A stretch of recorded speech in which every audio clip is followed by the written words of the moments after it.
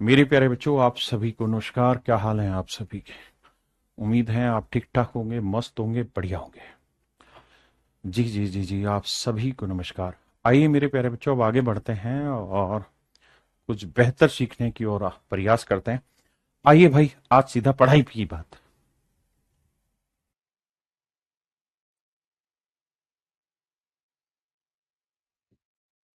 आइए मेरे प्यारे बच्चों, ध्यान से देखिए। The price of gold is directly proportional to the square of its weight. कहता है सोने की जो कीमत है वो डायरेक्टली प्रोपोर्शनल है to the square of its wait.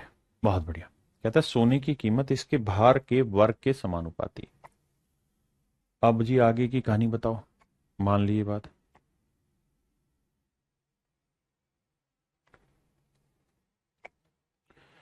अगली लाइन में मेरे बच्चे कह रहा है कि एक आदमी ने सोने को 3 टुकड़ों में तोड़ दिया, 3:2:1 के अनुपात में।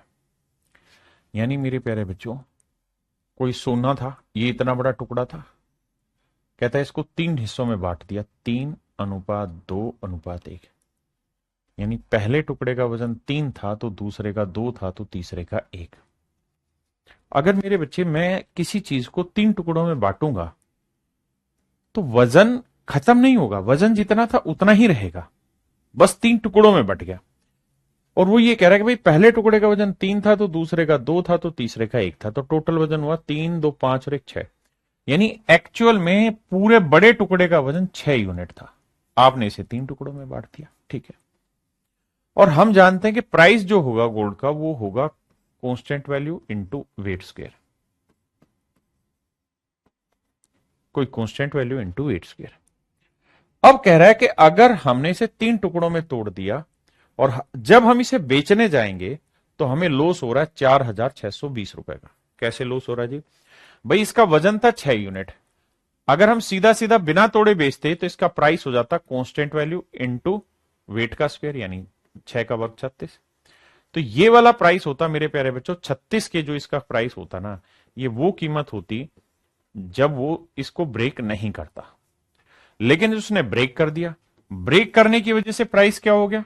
प्राइस का फंडा तो वही है, के डब्ल्यू स्क्वेयर, के इंटू डब्ल्यू स्क्वेयर। तो 3 का वर्ग 9, 9 के। इस टुकड़े का हो गया 2 का वर्ग 4 के। और इस टुकड़े का प्राइस क्या होगा? 1 का स्क्वेयर इंटू के, 1 के। यानी कहने का मतलब मेरे बच्चों ये है कि प्राइस जो है ना स्क्वेयर की कहानी में, प्राइस जो है वेट के स्क्वेयर की कहानी में, कि यहां जो प्राइस आया वो आया 9 और 4 13 और 1 14 के। बिल्कुल ठीक है, प्राइस आया। अब मेरे बच्चों एक बात बताओ, अगर वो इसको पूरे टुकड़े को बेचता तो बिकता 36 के का, तोड़ के बेचा तो बिका 14 के का। भाई बिना तोड़े बेचता तो 36 के का बिकता, लेकिन तोड़ के बेचा तो बिका 14 के का। सर नुकसान कितने का? 6 में 4 गया 2, 3 में गया तो 22 के का नुकसान हो गया, जबकि एक्चुअल में नुकसान है 4,620 का। हाँ जी। तो बटे 22 दूनी 44, 22 एकम 22, 210। तो के की वैल्यू आ गई मेरे पर भाई 22 के बराबर 4,620, तो के की वैल्यू आई 210। तो अब हमसे पूछ क्या रहा है? तो कहता है सोने की प्रारंभिक कीमत ज्ञात करिए। Find the initial price of gold. कि भाई सोने की शुरुआत में कीमत क्या थी वो बताइए। तो आंसर होगा मेरे प्यारे बच्चों 36, और के की वैल्यू है 210 रुपए। गुना कर देंगे, वही मेरा आंसर है। भाई ये देखो कि यूनिट डिजिट में 0 आएगा, फिर 6 को 1 से गुना किया होगा तो 6 आएगा। तो 60 कहाँ है? तो ये दोनों तो मेरे आंसर नहीं होंगे, क्योंकि यहाँ 6 नहीं। या तो ये होगा या ये होगा। डिजिटल सम लगाते हैं। कैसे?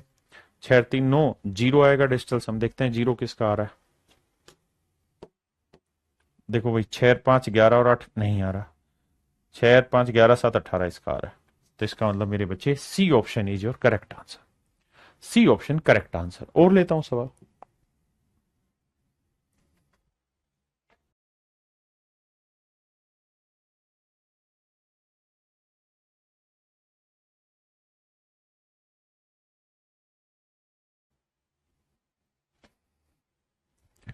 देखिए सवाल में ये कह रहा है एक हीरे का मूल्य उसके भार के, 1 मिनट अपना, अब पढ़ो। कहता है the price of a diamond is directly proportional to the square of its weight. कहता है सोने हीरे का जो मूल्य है उसके भार के वर्ग के अनुक्रमानुपाती। हाँ, डायरेक्ट प्रोपोर्शन को अनुक्रमानुपाती कहते हैं। कहते हैं एक व्यक्ति ने, मतलब प्राइस जो है वो वेट का डायरेक्टली स्क्वायर का डायरेक्टली प्रोपोर्शन है, यानी प्राइस जो होगा वो constant value into weight square होगा। अब कह रहा है कि एक सोना का टुकड़ा था या हीरे का टुकड़ा था, हमने उसे 3 हिस्सों में ब्रेक कर दिया, 3:5:7 में। तो वजन तो अभी भी उतना ही है, 7 और 5 12 और 3 15, यानी समझो 15 यूनिट वजन का हमारे पास एक हीरा था, हम उसे ब्रेक कर दिया 3 टुकड़ों में। अब हम ये बात जानते हैं कि यार जो प्राइस है ना वो बेसिकली है कांस्टेंट वैल्यू इनटू वेट का स्क्वायर। तो अगर पूरे टुकड़े की कीमत जानना चाहें तो 15 का वर्ग 225 की आएगी, लेकिन अगर तोड़ तोड़ के बेचे तो 9 के, 25 के और 7 कर 49 के। तो मेरे प्यारे बच्चों एक बात था ना, 225 के 25 और 9 34, 25 और 50 75, 75 और 8 कितना हो 83, तो यह आया 83 के। मतलब ये बराबर का निशान है नहीं। इसका मतलब ये है कि सर अगर वो तोड़ तोड़ के बेचेगा तो बिकेगा 83 के का, बिना तोड़े बेचेगा तो बिकेगा 225 के का। तो 225 के का बिकता बिना तोड़े, तोड़ के बेच रहा है तो बिक रहा है 83 के का। तो प्रॉफिट हो रहा है, लॉस लॉस हो रहा है। कितने का? 5 में 3 गया 2, 12 में से 8 गया 4, 142 के का। जबकि एक्चुअल में कह रहा है उसे जो लॉस हो रहा है वो हो रहा है 426 और 2 जीरो। तो 14 3 42, 3 दूनी 6, तो के की वैल्यू आई मेरे प्यारे बच्चों 300। बहुत बढ़िया, ठीक है जी। अब सवाल में कह रहा है तो हीरे की वास्तविक कीमत बताइए। What was the original price of the diamond. तो डायमंड का ओरिजिनल कीमत बताइए। तो ओरिजिनल कीमत थी मेरे बच्चे 225 की, 225 की वैल्यू कितनी मेरे प्यारे बच्चों? तो के की वैल्यू अभी है 42 300, तो गुना 300 कर दे। तो गुना करेंगे 0 0, 3 5 15, 3 दूनी 6 1 7, 3 दूनी 6, 67,500। सिंपल कैलकुलेशन थी, कर ली। बड़ी होती तो डिस्टेंस हम लगाते, यूनिट डिजिट का फंडा लगाते।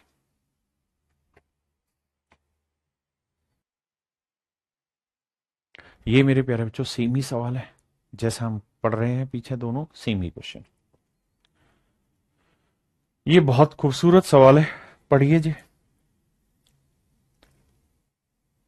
पेपर में आया हुआ क्वेश्चन है। जो भी चीजें मैं ये करा रहा हूं इस सारी एग्जाम पॉइंट ऑफ व्यू से बहुत जरूरी है। और मेरे प्यारे बच्चों खासकर सीडीएस जैसे एग्जाम में तो भर भर के ये चीजें पूछी जाती है। बताइए।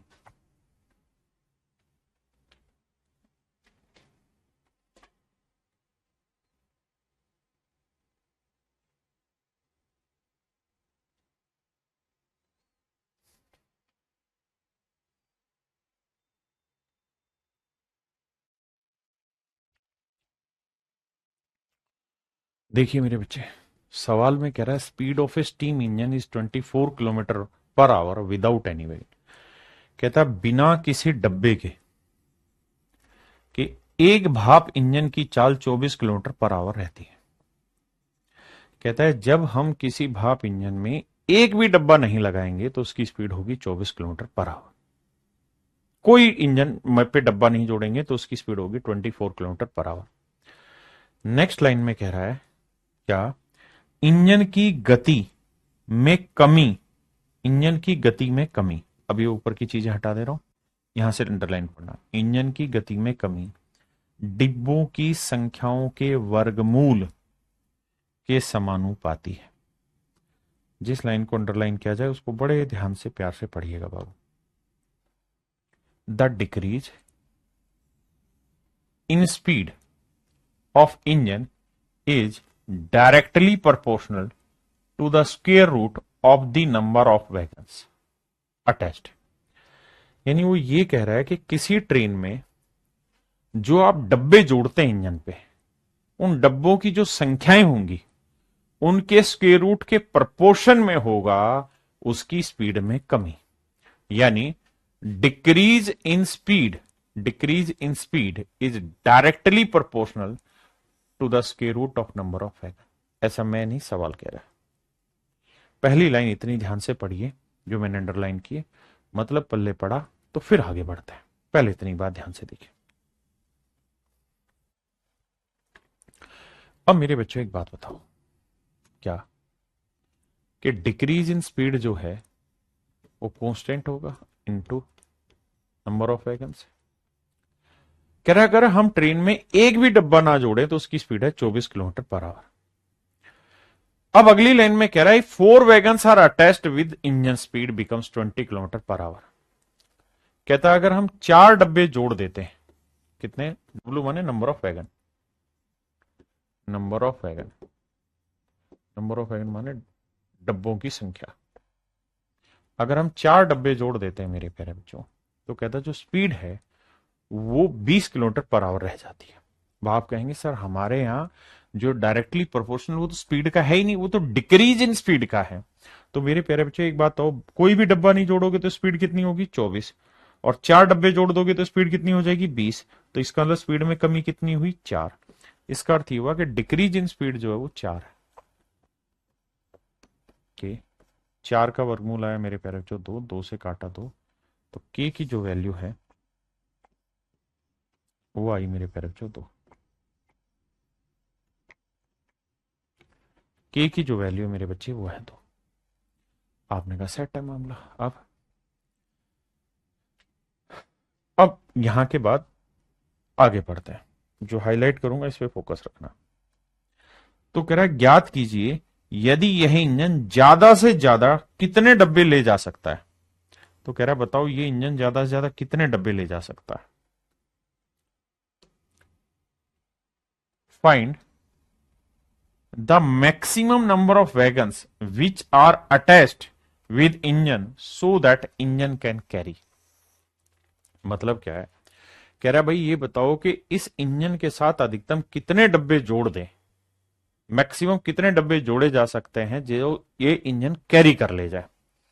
तो आपने एक चीज नोटिस की, और वो नोटिस ये किया आपने कि सर अगर ये ट्रेन है, अगर ये ट्रेन है और ये ट्रेन पटरी पे से चल रही है, बड़े ध्यान से समझना, और ये ट्रेन का इंजन है। भाई समझना, बहुत ज्यादा ज्ञान मत लगाना, ये ट्रेन का इंजन है। तो हो क्या रहा है, जैसे जैसे इसके साथ आप अटैच करेंगे डब्बे, जैसे जैसे इसके साथ आप अटैच करेंगे डब्बे, एक डब्बा,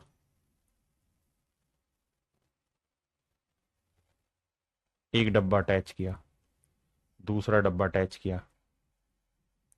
है ना, तीसरा डब्बा अटैच किया, चौथा डब्बा अटैच किया, तो जितने डब्बे आप इसमें जोड़ते जाएंगे होगा यही कि जितने जितने डब्बे जोड़ोगे उतनी उतनी इसकी स्पीड घटती जाएगी।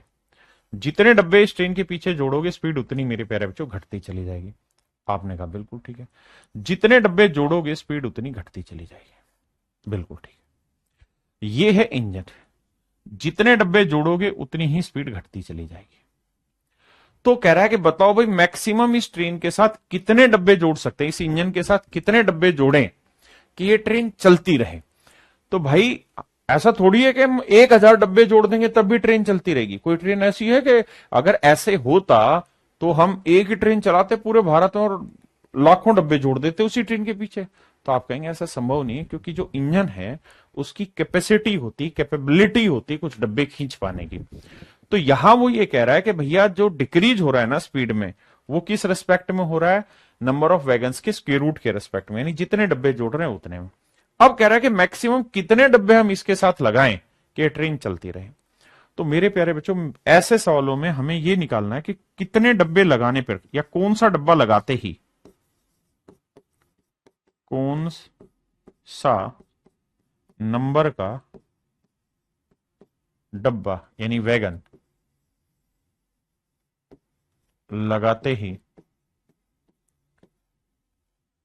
इंजन रुक जाएगा। रुक जाएगा। हमें यही चेक करना है कि भाई कौन सा डब्बा लगाते ही इंजन रुक जाएगा। जैसे एक आदमी है, वेट लिफ्टर है, वो वेट उठाता है, ऐसे 10 किलो होगा तुरंत उठा लेगा, 12 किलो होगा और हल्का धीरे उठाएगा, 50 किलो होगा तो बिल्कुल धीरे धीरे करके उठा के लाएगा। अब हम उस पर 5-5 किलो और बढ़ा देते हैं, 4-4 किलो और बढ़ा देते हैं, धीरे धीरे बढ़ाते रहते हैं, बढ़ाते रहते हैं। एक टाइम के बाद जो हाथ उसके यूं है वो धीरे धीरे यूं आएंगे, यूं आएंगे, यूं आएंगे, और यूं आएंगे, और बढ़ाते रहोगे तो एक वक्त के बाद ये हाथ नीचे गिर जाएंगे, यानी वो उठा नहीं पाएगा। सेम यही कहानी हमें इंजन की चेक करनी है। तो जो लास्ट प्लेट हम उसकी रोड में लगाएंगे जिससे उसका हाथ नीचे गिर रहा है, इसका मतलब जब वो लास्ट प्लेट नहीं लगती तो उसका हाथ ऊपर था, जैसी लगाई तो नीचे हो गया। तो ऐसे ही हमें वो देखना कौन सा डब्बा जोड़ते ट्रेन का इंजन रुक गया। तो जो आखिरी डब्बा जोड़ा उससे पहले जितने भी डब्बे थे, इसका मतलब वो लगे रहते तो ट्रेन चलती रहती, ये वाला डब्बा जोड़ते ही ट्रेन रुक गई। ये सवाल का बेसिक फंडा है। आओ बाबू, तो हमें देखना है कि ट्रेन कितनी देर में रुक जाएगी, कितने डब्बे जोड़ते ही ट्रेन रुक जाएगी। तो के की वैल्यू मेरे बच्चे 2 और डब्लू हमें निकाल लेना है। तो भैया एक बात बताओ, ट्रेन की स्पीड कितनी है सर? 24। कोई भी डब्बा ना जोड़े, और हमें क्या करना है, हमें स्पीड 0 लानी है। हमें ये चेक करना है कौन सा डब्बा लगाते ही ट्रेन रुक जाएगी। तो 24 से 0 पे लेके आना है, तो कितने की कमी करनी होगी मेरे बच्चे? 24 की कमी करनी होगी ट्रेन में। 2 नंबर ऑफ वैगन्स कितने हैं? डब्लू। 2 एकम 2, 2 12 24। तो मेरे प्यारे बच्चों डब्लू बराबर 12 है, दोनों साइड्स की रूट करेंगे तो डब्लू बराबर 144 है। यानी मेरे प्यारे बच्चों 144वां डब्बा जैसे ही इसमें मैं जोड़ूंगा, 144th डब्बा जैसे ही मैं जोड़ूंगा, तो इसकी स्पीड 0 हो जाएगी, यानी सरकेगा भी नहीं, रेंगेगा भी नहीं। यानी 143 डब्बा जब तक लगा था इसके अंदर, 143rd डब्बा जब तक लगा था, तब तक तो ये ट्रेन धीरे धीरे धीरे धीरे करके रेंग रही थी। जैसे ही मैंने 144वां डब्बा लगाया, ये ट्रेन बैठ गई नीचे, यानी रुक गई। तो यही वो सवाल में पूछ रहा है कि मैक्सिमम कितने डब्बे लगा सकते हैं जिससे इंजन कैरी कर पाए। तो मेरे प्यारे बच्चों 144 नहीं, 143 डब्बे लगाने तक इंजन कैरी करेगा, उसके बाद ट्रेन ठप्पा गोल हो जाएगा ट्रेन का। हाँ है ना? उसके बाद मेरे प्यारे बच्चों इंजन रुक जाएगा। ये मेरे, आपने कहा जी ओके। और थिकनेस को सर, थिकनेस को मेरे प्यारे बच्चों हम टी से डिनोट कर लेते हैं। ठीक है जी। तो कह रहा है weight of a circular disc, जो वेट होगा ना वो डायरेक्टली प्रोपोर्शनल होगा किसके? Whether the product of the square of radius, radius का स्क्वायर इनटू थिकनेस। बहुत शानदार शानदार। तो इक्वेट करना होगा मेरे प्यारे बच्चों, तो आप जानते हैं constant value into R square into T. अब यहां 2 प्लेट है, एक प्लेट नहीं है। क्या है मेरे प्यारे बच्चों? 2 प्लेट है। तो कह रहा है दोनों ही प्लेटों की रेडियस का रेशियो निकाल के बताइए क्या होगा, उनकी रेडियस का रेशियो बताइए। तो पहले वाले की रेडियस मान लो R1 होगी, तो दूसरे वाले में R2 रखेंगे। तो मेरे बच्चों एक बात बताना, अगर मैं आपसे यहां एक बात पूछूं कि भाई इनकी रेडियस का रेशियो निकालना हो तो क्या तरीका होगा? तो W K और T बटे में आ जाएगा, K इंटू टी। यानी अगर मुझे उनकी रेडियस के स्क्वायर का रेशियो निकालना होगा तो पहले वाली रेडियस, पहले वाली प्लेट का वेट ले लो, पहले वाली प्लेट की थिकनेस ले लो, इंटू के कर दो, तो ये आएगा पहले वाले की रेडियस का स्क्वायर। ऐसे ही सेम दूसरे वाली का वेट ले लो, दूसरे वाले की थिकनेस ले लो, ये दूसरे वाले का स्क्वायर आ जाएगा रेडियस का। अब हमें सवाल में कहा कि भाई उसने दोनों की मोटाई का गुणनफल, दो एक जैसे डिस्क की मोटाई 16 और 9 के अनुपात में। कहता है थिकनेस जो है ना वो 16:9 के अनुपात में। ठीक है जी। और कहता है इनका जो वेट है, तो पहले का वजन दूसरे के वजन से 4 गुना है, तो दूसरे का वेट अगर 1 है तो पहले का जो वेट होगा वो 4 होगा। ये बात भी सही है। तो उनकी त्रिज्याओं का अनुपात बताइए क्या होगा। तो मेरे नन्हे मुन्ने बच्चे सवाल में कह रहा है उनकी रेडियस का रेशियो क्या होगा। तो ये वाला R1 है, ये वाला समझो R2 है, ये पहले वाले की रेडियस और ये दूसरे की रेडियस मुझे निकालनी है। यानी इनकी रेडियस का रेशियो अगर मुझे निकालना है तो आप जानते हैं आर स्क्वेयर की वैल्यू क्या होगी। अगर मैं इनके स्क्वेयर का रेशियो निकाल दूंगा तो वो आएगा वेट कितना है जी? 16 बटे नहीं, वेट कितना है इसका मेरे बाबू? 4। दूसरे पेन से लिख देता हूं, वेट है 4, रुक, बटे थिकनेस है 16 इंटू में के। ये रेडियस का स्क्वायर का रेशियो आएगा। वेट है 1 और थिकनेस है 9, तो के इंटू 9। अब के से मेरे बच्चे के कट जाएगा, 4 से 4 कट जाएगा, ये 1/4 आया है, 1/9 आया, यानी इनकी रेडियस के स्क्वायर का जो रेशियो है, आप जानते हैं 9 पलट के इधर आएगा, 4 पलट के इधर, 9:4 आएगा। तो रेडियस के स्क्वायर का रेशियो 9/4 है, तो रेडियस का रेशियो क्या होगा, वर्गमूल 3:2। और यही मेरे सवाल का आंसर है कि जी इनकी रेडियस का रेशियो 3:2 होगा। फिर से एक बात समझाता हूं। उसने कहा कि भाई जो वेट है उस सीडी का या डिस्क का, वो रेडियस के स्क्वायर इंटू टाइम के प्रोडक्ट के प्रोपोर्शन में। तो मैंने मुझसे पूछ रहा है रेडियस का रेशियो, तो मैंने यहां से आर स्क्वायर की वैल्यू निकालनी, वो होगी W/KT। निकाल दीजिए। अब ये टाइम है ना, ये थिकनेस है, ये वेट है, तो इनकी रेडियस के स्क्वायर, रेडियस का स्क्वायर का रेशियो क्या होगा, ये वाला। तो रेडियस का रेशियो होगा 3:2। ठीक है जी, आइए।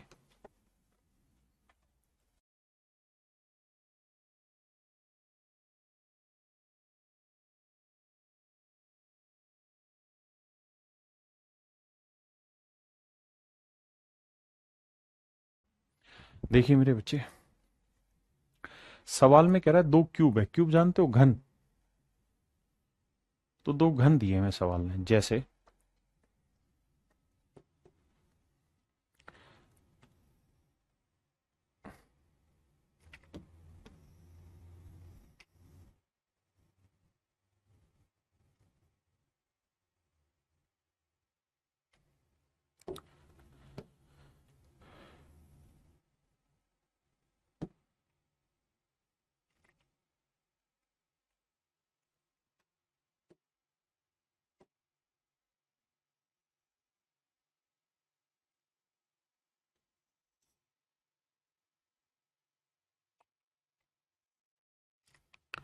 ये मेरे प्यारे बच्चे क्यूब है। ये क्या है जी, क्यूब है। आपने कहा जी हाँ क्यूब है, हम मानते हैं इस बात को कि ये क्यूब है। तो कहानी आप क्या कहना चाह रहे हो, मैं कहना ही चाह रहा हूं कि क्यूब की सारी साइडें बराबर होती हैं। अगर ये साइड एस है तो ये साइड की लेंथ भी एस होगी, तो इस साइड की लेंथ भी एस होगी। और इसका जो वॉल्यूम होता है वो साइड का क्यूब होता है। आपने कहा जी ओके, रिपोर्ट है, मानते हैं इस बात को। मानते हो तो सवाल पे आ जाओ। कह रहा the weight of a cube varies directly as the product of its volume. कहता है घन का वजन उसके आयतन, कहता है वेट जो है वो डायरेक्टली प्रोपोर्शनल है किसके, उसके वॉल्यूम और उसकी डेंसिटी। घनत्व माने डेंसिटी के प्रोडक्ट के, और वॉल्यूम का मतलब है मेरे प्यारे बच्चों क्या, साइड का क्यूब। अब आखिर में मुझसे क्या पूछ रहा है, what is the ratio, then what is the ratio of ages of the first cube and second cube. तो कहता है दोनों ही घनों के किनारों की लेंथ का अनुपात बताना है, मतलब साइड की लेंथ बतानी है। तो मेरे प्यारे बच्चों ये वेट इक्वल टू करोगे कोई कांस्टेंट वैल्यू इनटू साइड का क्यूब अपॉन इनटू डेंसिटी। तो साइड का क्यूब निकालोगे तो यह आ जाएगा वेट अपॉन के इंटू डी। आपने कहा ठीक है। अब दोनों की साइडें अलग अलग होंगी, तो ये पहला क्यूब ले लेते हैं, ये दूसरा क्यूब ले लेते हैं। तो उनकी साइड के क्यूब की लेंथ का रेशियो निकालना है। तो पहले वाले की साइड आएगी कितनी, वेट, पहले वाले का वेट अपॉन में के इंटू पहले वाले की डेंसिटी। दूसरे वाले में दूसरे वाले का वेट अपॉन में के इंटू दूसरे वाले की डेंसिटी। मजे की बात ये होनी मेरे भाई कि ये हमेशा ही के कट जाना है, तो इसकी जरूरत ही नहीं। अब सवाल में कह रहा है पहले घन, पहले क्यूब और दूसरे क्यूब की जो डेंसिटी है वो 27 और 16 है। तो पहले वाले की डेंसिटी 27 है, तो दूसरे की डेंसिटी 16 है। और कह रहा है कि wait of the first, if the weight of the first cube is 4 times the weight of the second.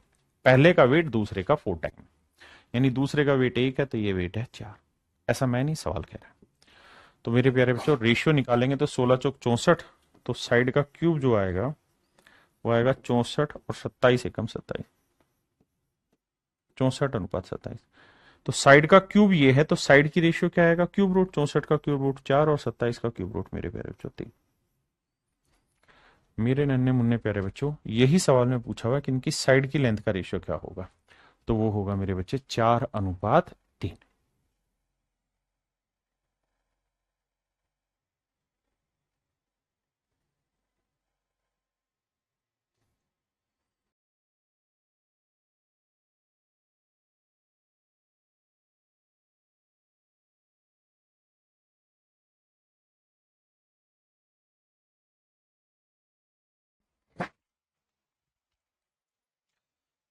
देखिए भाई, सवाल बहुत बड़ा पर सवाल है बहुत प्यारा।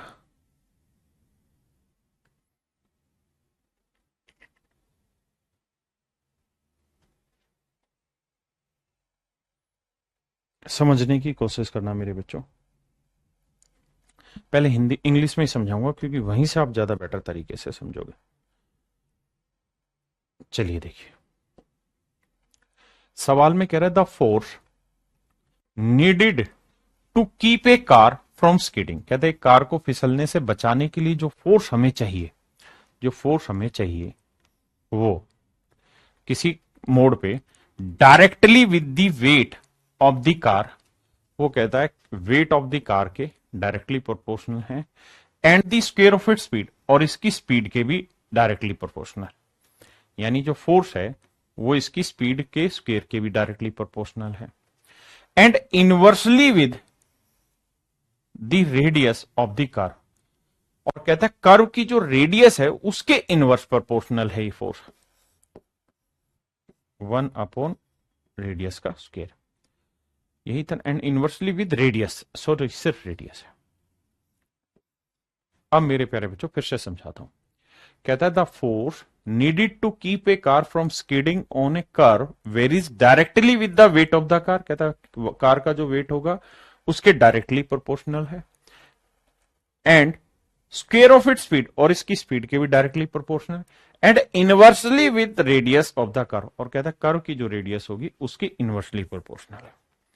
अगर ध्यान दोगे तो हम इस पूरी कहानी को लिख सकते हैं कि भाई फोर्स जो है वो डायरेक्टली प्रोपोर्शनल है वेट इनटू स्पीड का स्क्वायर बटे रेडियस। ये आप कितना अच्छे से समझ पाए, मैटर ये करता है। अगर आप समझ गए हैं तो आगे की कहानी चला ही जाए। आपने कहा ठीक है जी, कांस्टेंट वैल्यू को ऐड करेंगे, इनटू में वेट इनटू स्पीड का स्क्वायर अपॉन रेडियस। अब मेरे बच्चे होगा क्या कि आपको वैल्यू दे रखी होगी सबकी, के की वैल्यू निकालेगा, फिर नेक्स्ट केस में के की वैल्यू आपके पास आ जाएगी, इन चारों में से कोई एक मिस करेगा। तो यहां से अगर मैं के की वैल्यू निकालूंगा तो वो आ जाएगी F into R upon W into S square. आपने कहा ठीक है। अब पहली लाइन पे यहां से पढ़ते हैं, सपोज दिस फोर्स, कहता है फोर्स की value 6125, 6125 is required to keep 2750 pound car का वेट है 2750 पाउंड, वो नीचे आएगा।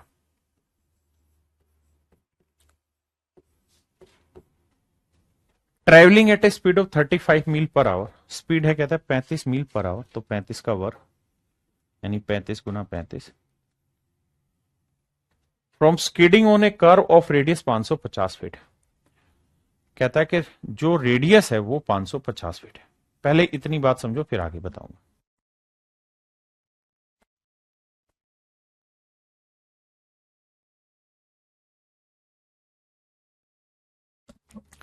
अब आपने एक चीज नोटिस की होगी यहां, और वो ये कि सर स्पीड जो है ना वो है मील पर आवर में, रेडियस है फीट में।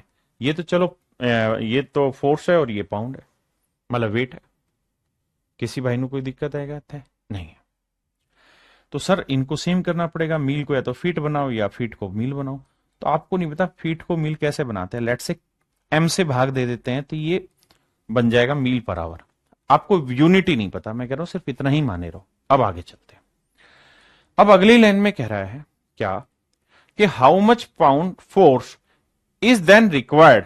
कहता कितनी फोर्स की रिक्वायरमेंट होगी, कितनी फोर्स की रिक्वायरमेंट होगी, यानी आपसे एफ की वैल्यू पूछना चाह रहा है यहां कि भाई कितने फोर्स की रिक्वायरमेंट होगी।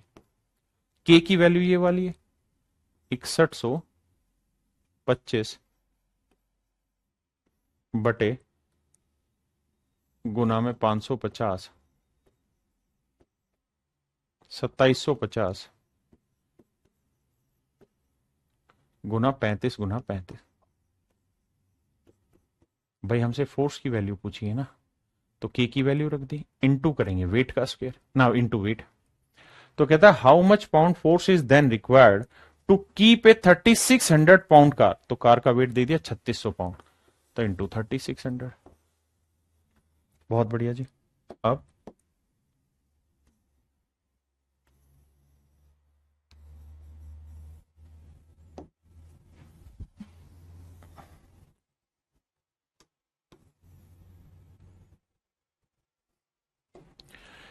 3600 पाउंड का travelling at a speed of 50 मील पर आवर, स्पीड दे रखी 50 मील पर आवर, स्क्वायर करेंगे तो 50 गुना 50, फ्रॉम स्किडिंग ऑन ए कर ऑफ रेडियस 750 फीट। और कहता है जो रेडियस है वो 750 फीट है, तो रेडियस है 750 फीट। तो मेरे प्यारे बच्चों फोर्स हमसे पूछा था, के की वैल्यू हमने निकाल के यहां रख दी, वेट रख दिया 3600, स्पीड थी 50, वर्क कर दिया, रेडियस 750 फीट है। अब इसे मेरे प्यारे बच्चों हमें कैलकुलेट करना है। आओ समझते हैं कैलकुलेशन कैसे करें। आप कहेंगे सर इतना लेंथी सवाल, मेरे भाई करें क्या, मजबूरी है। अब करना मेरे बच्चे हम इसे ऐसे होगा कि भाई ये फीट है, अगर मैं इसे मील में बदलूंगा तो किसी से भाग दूंगा, उसी से यहां भाग दूंगा तो कट जाना था, है ना। अब हमें सिंपली इसकी कैलकुलेशन करनी है और कैलकुलेशन करके देखना है कि कितना आसानी से सवाल टूटता है। देखो दो जीरो है जी, एक और एक, दो जीरो से ये दो जीरो हो गया, ठीक है। अब मेरे बच्चों 25 से इसे निपटाते हैं। 25 दूनी 50, 25 तीय 75, बिल्कुल ठीक है। 25 से इसे ले जाते हैं, 25 दूनी 50, 25 11 275, बिल्कुल ठीक है। 11 से इसे ले जाते हैं, 11 पंजे 55, 50 है, बहुत बढ़िया। अब मेरे बच्चे 5 साते 35 और 5 साते 35, 5 और 5 25, 25 से काटा 2 आया, बहुत बढ़िया जी। अब ये वैल्यू बची है, इनको हमें काटना है, 3 से काटा 12 आया। हम इसे डिजिटल सम भी लगा सकते हैं या यहां पे भी कैलकुलेशन कर सकते हैं।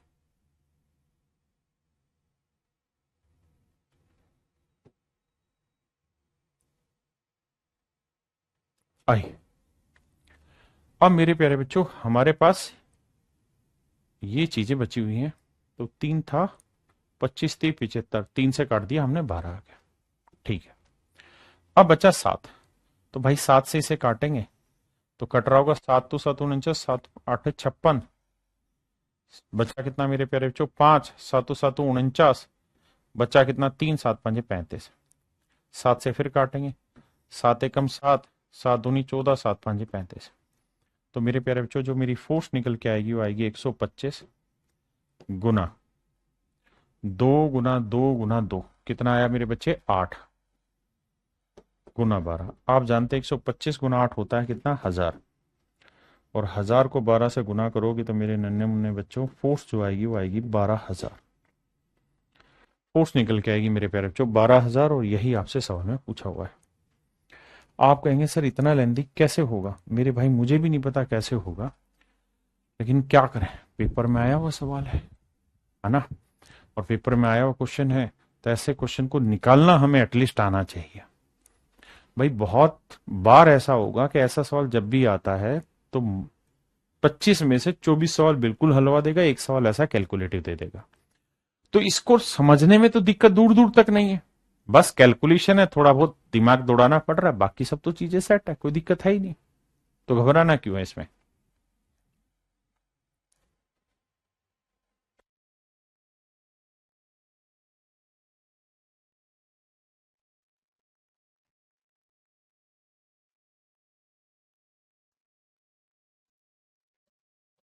देखिए मेरे बच्चे, ये जो सवाल है ये मतलब कोई वैसा क्वेश्चन नहीं है कि प्रपोर्शन से ही टूटेगा, या उसकी जरूरत भी नहीं है।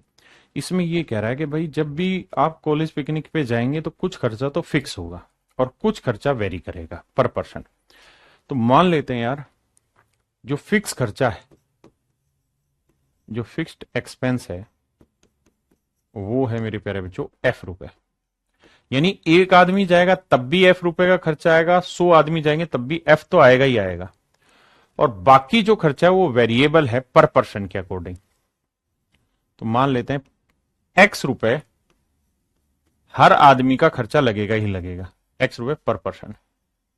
जैसे मान लीजिए आप दिल्ली से आगरा ताजमहल देखने गए, तो भैया ये बता दिया कि 5,000 रुपए तो टैक्स लगेगा ही लगेगा, गवर्नमेंट का टोल टैक्स।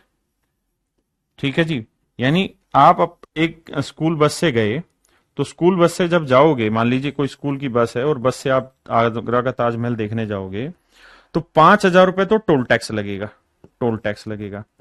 और भैया 5,000 रुपए का ही तेल खर्च हो जाएगा, 5,000 रुपए का तेल खर्च हो गया। यानी 10,000 रुपए तो लगेंगे ही लगेंगे।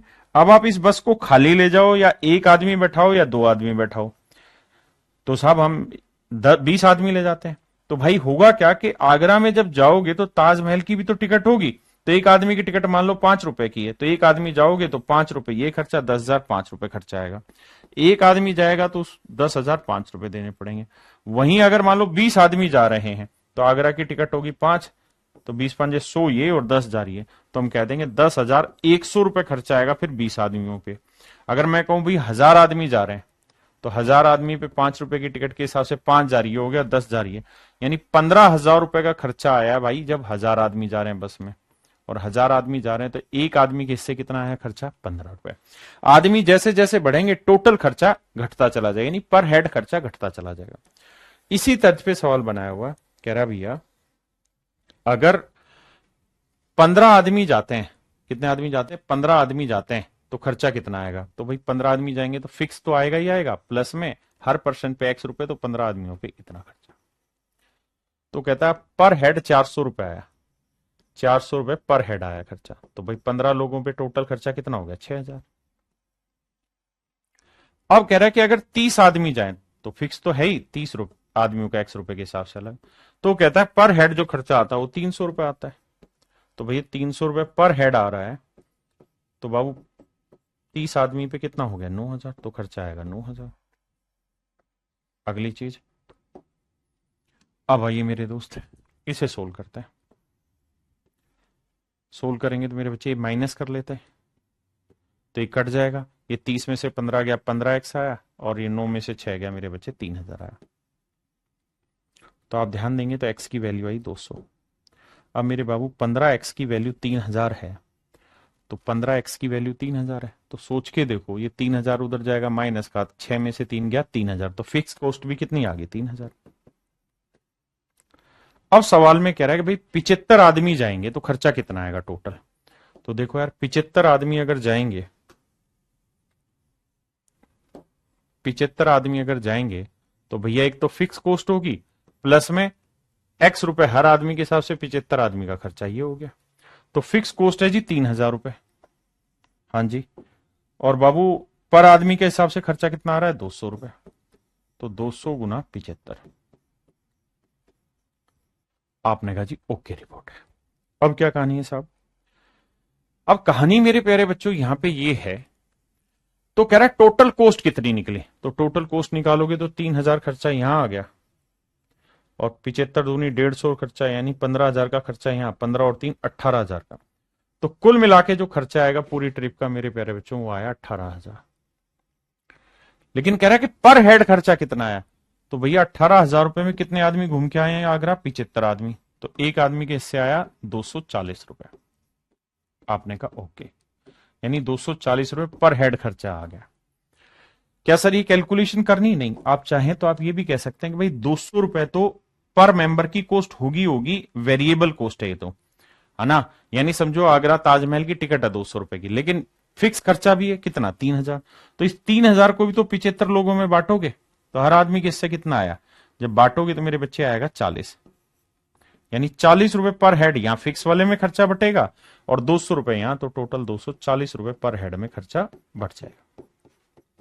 ये मेरी कहानी है जो मैं आपको समझाना चाह रहा हूं। मेरे बच्चों हम पढ़ने जा रहे हैं टाइप 6 रेशियो की। टाइप 6 में क्या होगा कि मिक्सिंग ऑफ 2 रेशियो पे बात होगी। मिक्सिंग, स्पेलिंग पे मत जाना, मिक्सिंग ऑफ टू रेशियो, दो अनुपातों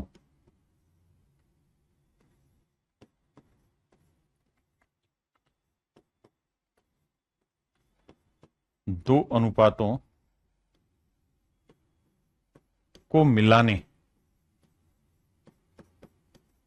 की विधि सीखने जा रहे हैं। यानी दो अनुपातों को मिक्स करने के ऊपर बात कर रहे हैं। जैसे मैं आपको एक सवाल के थ्रू समझाने की कोशिश करता हूं। कह रहा है जी दो बर्तन है, उनमें दूध और पानी का अनुपात 7:5 और 7:9 है। अगर दोनों बर्तनों को 1:1 में मिलाया जाए, कह रहा है अगर दोनों बर्तनों को मिला दिया जाए 1:1 में। देखिए 1:1 में मिलाया गया मतलब जितनी क्वांटिटी हम पहले से ले रहे हैं उतनी क्वांटिटी दूसरे से ले रहे हैं। बिल्कुल ठीक है। तो मेरे प्यारे बच्चों, पहला जो बर्तन है, अगर मैं इसे डिटेल कराऊं तो हम ये कहेंगे कि यार पहला जो बर्तन है उसमें मिल्क वाटर का जो रेशियो है वो 7:5। दूसरा जो बर्तन है उसमें मिल्क वाटर का रेशियो जो है 7:9।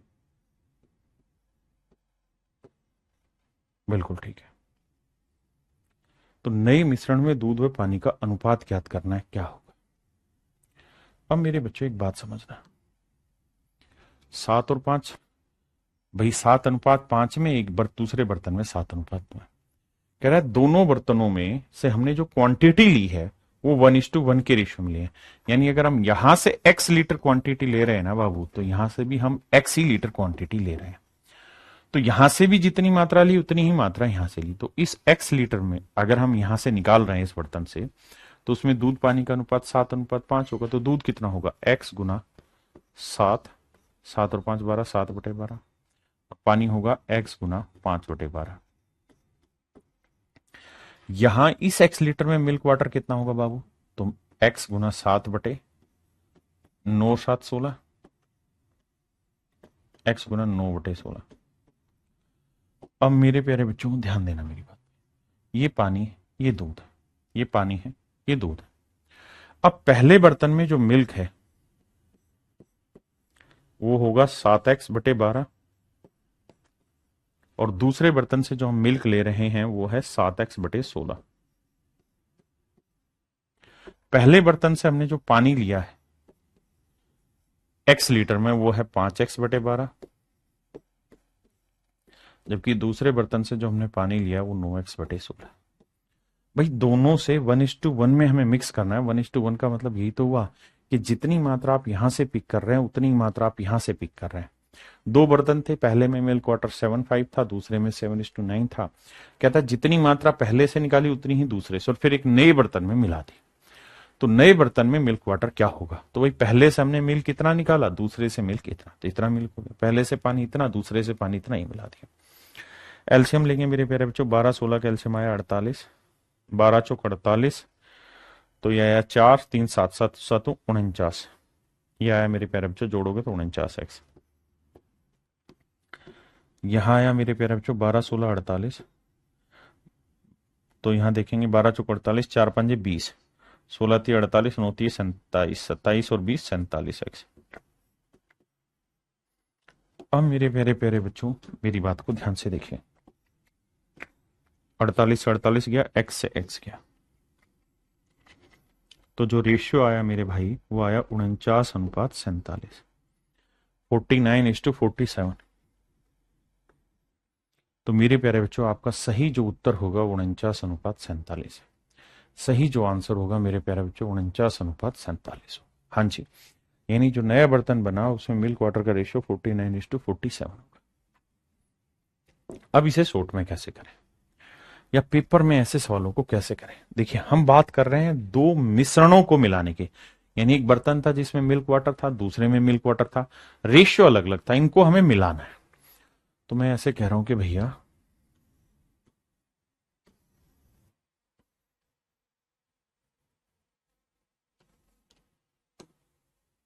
पहले बर्तन में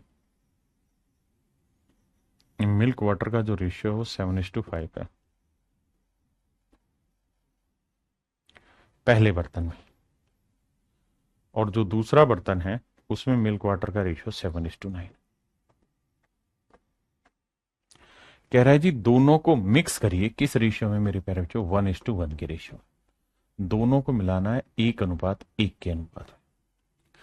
अगर मेरे प्यारे बच्चों हम दोनों को 1:1 में मिलाना चाह रहे हैं तो इस बात का सीधा अर्थ ये हुआ कि दोनों जगह जो अमाउंट ऑफ क्वांटिटी है वो सेम है, यानी जितनी मात्रा हम यहां से लें उतनी ही मात्रा यहां से लें। तो एक छोटी बात समझना भाई, पहले बर्तन में अगर ध्यान दें तो मिल्क 7 है तो पानी 5, तो टोटल मात्रा कितनी हो गई? 12।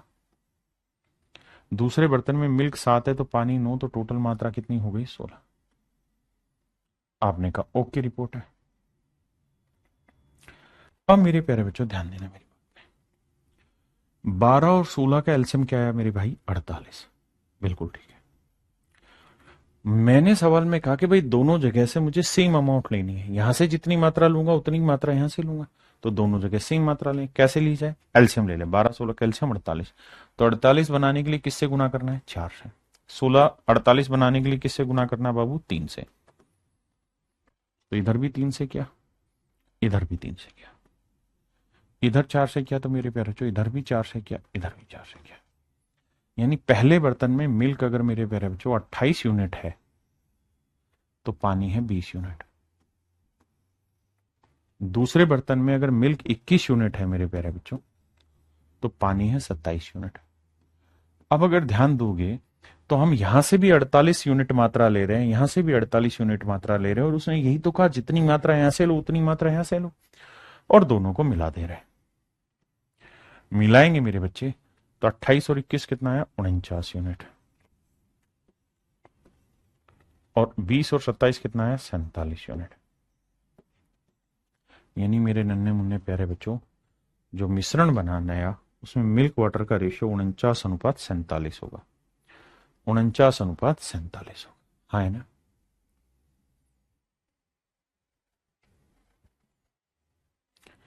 देखिए यार,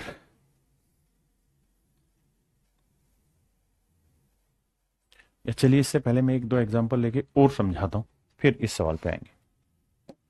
मैं आपको ये कहूं कि भाई एक बर्तन है ए, उसमें मिल्क वाटर का जो रेशियो है वो 2:1 है। ठीक है जी। एक दूसरा बर्तन है बी, इसमें मिल्क वाटर का रेशियो 3:1 है। मैं कह रहा हूं यार दोनों बर्तनों को हमने मिक्स किया, यानी दोनों मिश्रण को हमने मिक्स किया। किस रेशियो में? 1:1 में। यानी जितनी मात्रा हम यहां से ले रहे हैं उतनी यहां से ले रहे हैं, और फिर हम इन्हें एक नए बर्तन में मिला दे रहे हैं। तो आप मुझे सिर्फ ये बताएं कि नए बर्तन में मिल्क वाटर का रेशियो क्या होगा? ये मेरा आपसे सवाल है। तो आप कहेंगे कि सर करना क्या आपने? यहां क्वांटिटी लेंगे 2 और 1 3 यूनिट बना, यहां क्वांटिटी लेंगे 3 और 1 4 यूनिट बना। अब भैया हमें इक्वल क्वांटिटी चाहिए, तो 1:1 में लाना है, तो इक्वल करो। 3 4 कैल्शियम 12। सोचो 12 बनाने के लिए किससे गुना करें? 4 से। इसे 3 से। इधर 3 से किया तो इधर भी 3 से, इधर भी 3। इधर 4 से तो इधर भी 4 से, इधर भी 4 से। यानी पहले बर्तन में दूध 8 यूनिट है तो पानी है मेरे प्यारे बच्चों 4। दूसरे में दूध 9 यूनिट है तो पानी है 3। तो पहले में 9 और 8 17 यूनिट है मिल्क, तो दूसरे में है 4 और 3 7 यूनिट।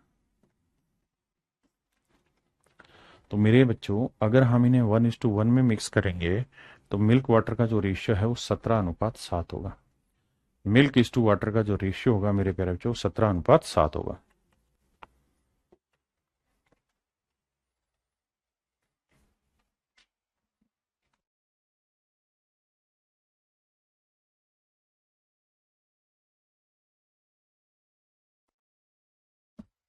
देखिए भाई 3 बर्तन है, तीनों बर्तनों की कैपेसिटी है 10-10 लीटर।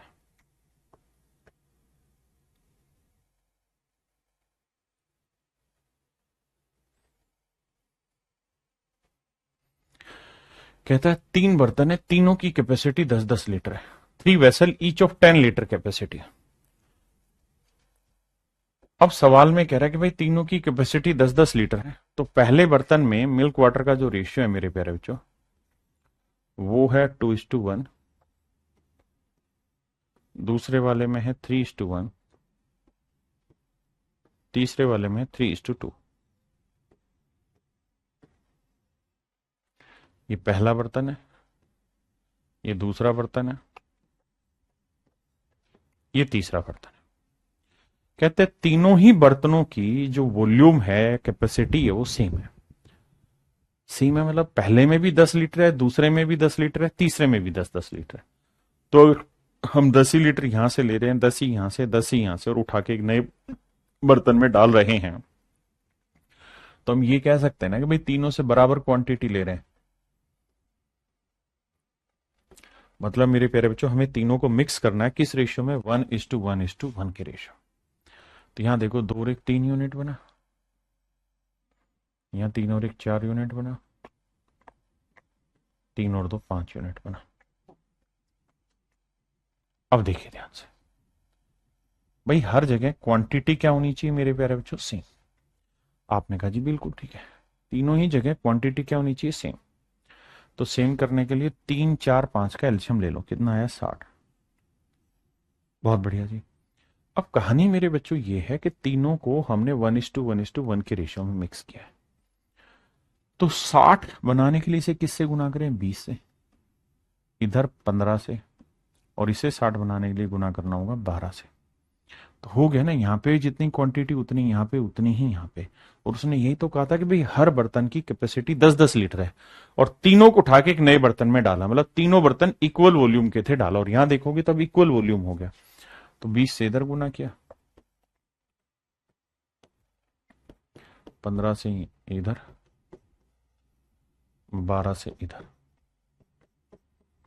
तो भाई पहले वाले बर्तन में दूध हो गया मेरे प्यारे बच्चों 40 यूनिट, और पानी हो गया 20 यूनिट। दूसरे वाले में दूध हो गया मेरे प्यारे बच्चों 45 यूनिट, पानी हो गया 15 यूनिट। पहले वाले में दूध हो गया 36 यूनिट, और पानी हो गया मेरे प्यारे बच्चों 24 यूनिट। आपने कहा ओके, रिपोर्ट है। अब ध्यान देना कि टोटल दूध कितना बना, तो जोड़ेंगे 5 और 6 11 के 1 हासिल 1, 4 और 1 5, 5 4 9, 9 और 3 12, 121 यूनिट आया। यहां देखेंगे तो 5 और 4 9, 2 और 1 3, 2 5, 121:59। इसका मतलब मेरे प्यारे बच्चों, मिल्क वाटर का जो यहाँ रेशियो होगा वो 121:59 होगा, 121:59 हो जाएगा।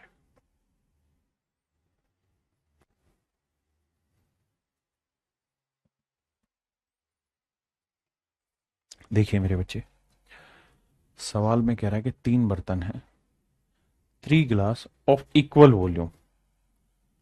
इस शब्द पे गौर करना। कहता है 3 गिलास है, तीनों के तीनों गिलासों का वॉल्यूम इक्वल है, समान आयतन वाले 3 गिलास। इस शब्द पे फोकस करना। समान आयतन वाले 3 गिलास। तो ये गिलास ए है,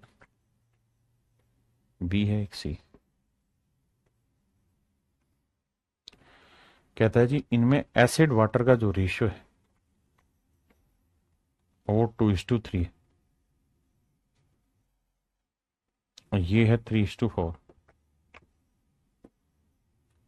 ये है 4:5।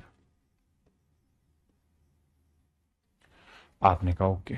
तो यहां जोड़ोगे तो मेरे प्यारे बच्चों 2 और 3 5 यूनिट आया, 3 और 4 7 यूनिट आया, 5 और 4 9 यूनिट आया। बिल्कुल ठीक है। अब सवाल ने कहा कि भाई तीनों का वॉल्यूम सेम है। अगर तीनों का वॉल्यूम सेम है तो इसका मतलब वो ये कह रहा है कि भाई तीनों को मिक्स करो किस रेशियो में? 1:1:1:1 में,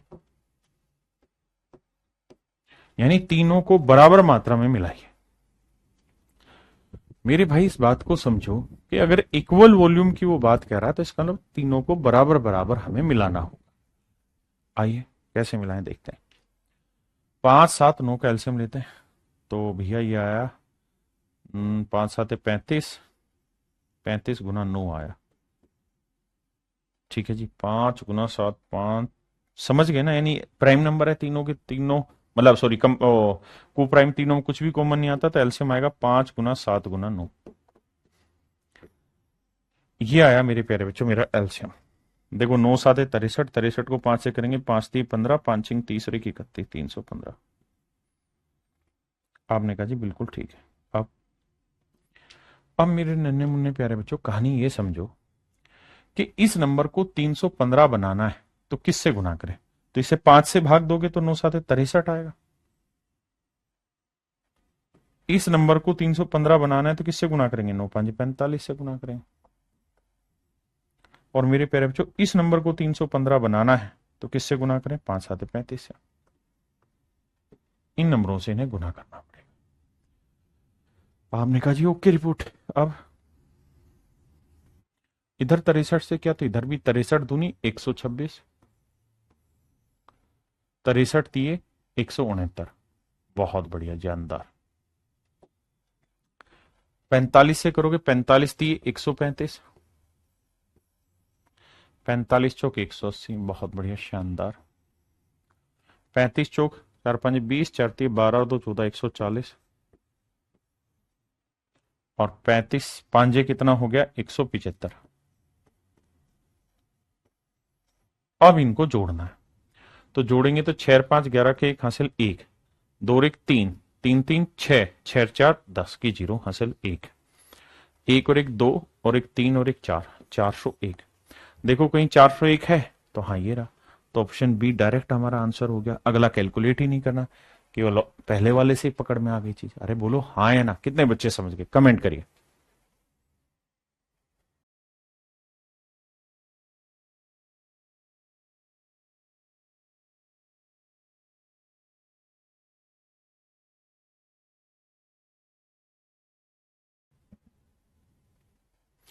चलिए मेरे भाई, हम बात करेंगे कि दोनों बर्तनों को अगर 5:2 के अनुपात में मिलाना हो, यानी किसी रेशियो को किसी 1:1 नहीं, किसी डिफरेंट रेशियो में मिलाना हो तो कैसे मिलाए। बड़े ध्यान से मेरी बात सुनिएगा। मैं आपको ये कह रहा हूं कि मान लो यार, क्या मान लो सर? मैं ये कह रहा हूं, मान लो भाई, मैं आपको कह रहा हूं कि 5 और 7 को किससे गुना करूं, इसे किससे मल्टीप्लाई करूं, इसे किससे मल्टीप्लाई करूं कि मल्टीप्लीकेशन के बाद जो वैल्यू निकल के आए, यहां जो वैल्यू निकल के आए मल्टीप्लीकेशन के बाद और यहां जो वैल्यू निकल के आए, फाइनल वैल्यू का जो रेशियो आया वो 2:3 आए। मैं फिर से अपना सवाल दोहराता हूं। मैं कह रहा हूं कि 5 को किससे गुना करें और 7 को किससे गुना करें, अलग अलग कोई भी नंबर ले सकते हैं आप यहां, ताकि जो मल्टीप्लीकेशन के बाद रिजल्ट आए उसका रेशियो 2:3 आए। आराम से 10 सेकंड के लिए सोचो, खुद ही सोच के देखो किससे गुना करें कि रेशियो 2:3 आ जाए। तो जब आप दिमाग दौड़ाओगे तब आप एक चीज पाओगे, क्या कि सर इसके लिए एक जुगाड़ है कि इसे पहले 7 से गुना कर दो, इसे 5 से। ध्यान दोगे तो सर ये हो गया 35 और ये भी हो गया 35, बराबर आ गया 1:1 में। अब अब सर जिस रेशियो में आप चाह रहे हो उससे गुना कर दो, इसे 2 से गुना कर दो, इधर 3 से। यानी इधर 2 से गुना करोगे, इधर 3 से गुना करोगे तो ये रिजल्ट आया। देखो 5 3 15 7 105, यहां रिजल्ट आया 105। और यहां 7 दूनी 14 5 70, रिजल्ट आया 70। वही तो आ रहा है, 35 दूनी 70, 35 थी 105। अब जब आप इसका रेशियो निकालने जाएंगे तो 35 से 35 कट जाएगा, आंसर आएगा 2:3। क्या समझाने की कोशिश की मैंने? मैंने आपको यह बताने की कोशिश की मेरे बाबू कि किसी भी नंबर को आप किसी भी रेशियो में कन्वर्ट करना चाहते हैं, किसी भी नंबर को आप किसी भी रेशियो में कन्वर्ट करना चाहते हैं, तो सबसे पहले आप उसे 1:1 में करिए, फिर जिसमें आप चाह रहे हैं उससे उसे गुना करिए। सिंपल बात। अब सवाल पे आते हैं, देखिए, करिए भैया।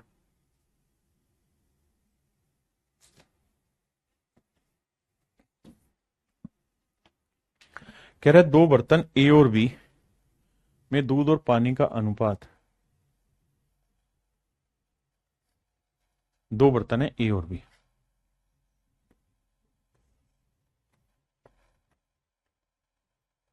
इनमें मेरे प्यारे जो मिल्क और वाटर का जो रेशियो है वो 4:5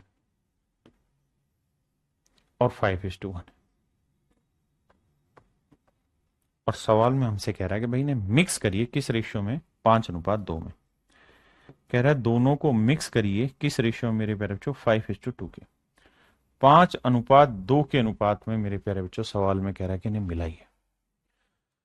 अगर मेरे बच्चे 5:2 के रेशियो मिलाना है तो पहले सबसे पहले क्या करो, 1:1 में। तो 5 4 9, 5 और 1 6। 1:1 करने के लिए किससे गुना करना होगा साहब?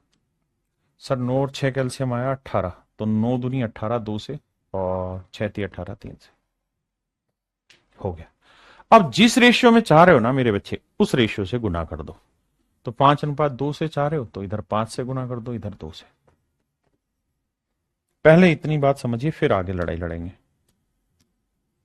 अब आप 5 दूनी 10 को गुना करोगे तो ये आ जाएगा 40, और ये आ जाएगा 50। 3 दूनी 6 से गुना करेंगे तो ये आएगा मेरे पैरे में, जो 5 दूम था ना, तो 3 दूनी 6 से गुना करेंगे तो ये आ जाएगा 6, और ये आएगा 6, ये आएगा 6 5 30। तो मिल्क 40 था, यहां 30 था, तो मिल्क हो गया 70। यहां मिल्क पानी 50 था, यहां पानी 6 था, तो ये हो गया 56। तो 14 5 70, 14 चौको 56। यानी मेरे नन्हे मुन्ने प्यारे बच्चों, मेरा रेशियो जो आया वो 5:4 आया। Option D is your right answer. मेरे भाइयों, ऑप्शन डी जो है वो मेरा करेक्ट आंसर है। आइए मेरे भाई, अब मैं बात कर रहा हूं इससे अगले स्टेप पे, और वो ये कि अगर यहां कुछ क्रॉस कट जा रहा है ना तो काट लो, क्योंकि अल्टीमेटली दो, देखो होता क्या है कि ये दो यहां पे भी मौजूद होगा हर एक नंबर में, और ये दो यहां पे भी मौजूद होगा हर एक नंबर में। तो जब जोड़ोगे ना तो यहां पे भी 2 का मल्टीपल होगा और यहां पे भी 2 का मल्टीपल होगा। तो रेशियो ही चाहिए, तो रेशियो निकालते थे कट जाएगा। तो बेटर तरीका ये है कि अगर इसमें, अबे भाई क्या चाह रहा है, अगर इसमें और इसमें कुछ कट सकता है आपस में तो पहले ही काट लिया करें। आपने कहा सर 2 कट जाएगा, तो यानी यहां 5 से गुना करो तो 5 5 25, और 5 20। यहां 3 से करोगे, 3 एकम 3, 3 5 15, तो 20 और 15 35, और मेरे बच्चे 25 और 3 आया 28। 7 5 35, 7 चौक 28, अनुपात आया 5:4। यानी इन्हें 5:4 के रेशियो में मिक्स किया जाएगा। बहुत सारे सवाल है, घबराना नहीं।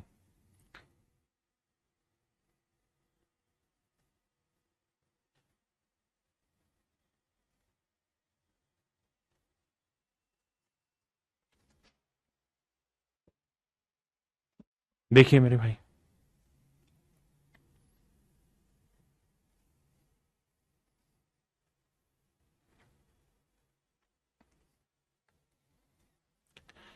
alloy A contain metal X and Y in the ratio this and this। कहता है 2 एलोय हैं, एक एलोय है A, एक एलोय है B। कहता है इसके अंदर मेटल X और Y है, इनका जो रेशियो है पहले वाले में 5:2 है, और दूसरे वाले में रेशियो है 3:4, 3:4।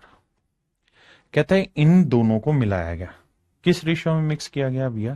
कहता है दोनों को मिक्स करना है 4:5 में। कहता है एक नया एलोय बनाया गया सी, जो ए और बी दोनों को मिक्स करके बनाया गया है, और इन्हें जो मिक्स करना है वो 4:5 के रेशियो में मिक्स करना। तो भैया सबसे पहले तो इक्वल करते हैं, 5 2 7, 4 3 7, अरे वाह मजा ही आ गया। तो यहां दोनों इक्वल हैं ऑलरेडी, तो भैया जिस रेशियो में चाह रहे हो उससे उठा के गुना कर दो। तो हम चाह रहे हैं 4:5 में, तो इधर 4 से कर दो, इधर 5 से। कुछ है ये नहीं फिर?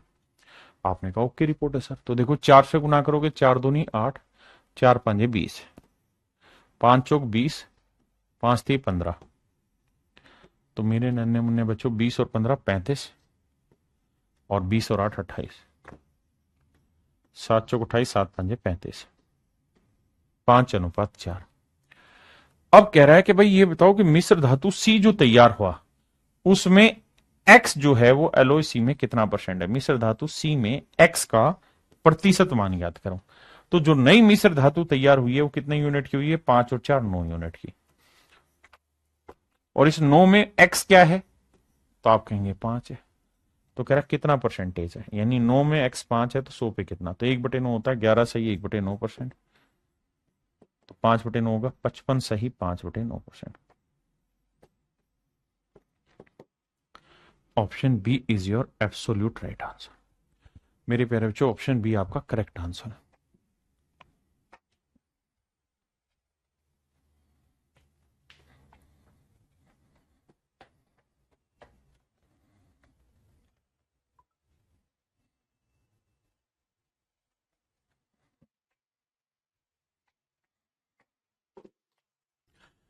देखिए यार, इस सवाल में क्या है कि सेम ही चीज है, थोड़ा सा घुमा के कहा। देखिए यार, सवाल में कह रहा है 2 किलोग्राम धातु में 1/3 पार्ट जिंक है। कहता है एक मेटल है 2 किलोग्राम की। इस 2 किलोग्राम मेटल में जिंक जो है वो 1/3 है। यानी पूरी मेटल का वेट अगर 3 है तो मेरे प्यारे बच्चों जिंक है 1। जे जेड होगी ना स्पेलिंग, ZINC, जिंक है 1। तो कॉपर कितना हुआ मेरे प्यारे बच्चों? तो कॉपर हुआ 2। सवाल में कह रहा है 2 kilogram metal of which 1/3 is zinc and rest is copper. तो जिंक कॉपर का मेरे प्यारे बच्चों यहां पे रेशियो दे दिया। हाँ जी, ये मेटल है पहली। बहुत बढ़िया। अब बात करते हैं दूसरी मेटल पे। दूसरी मेटल में कह रहा है कि भाई जो दूसरी मेटल है वो है 3 किलोग्राम की। और जो 3 किलोग्राम की मेटल है उसमें 1/4 जिंक है और रेस्ट कॉपर है।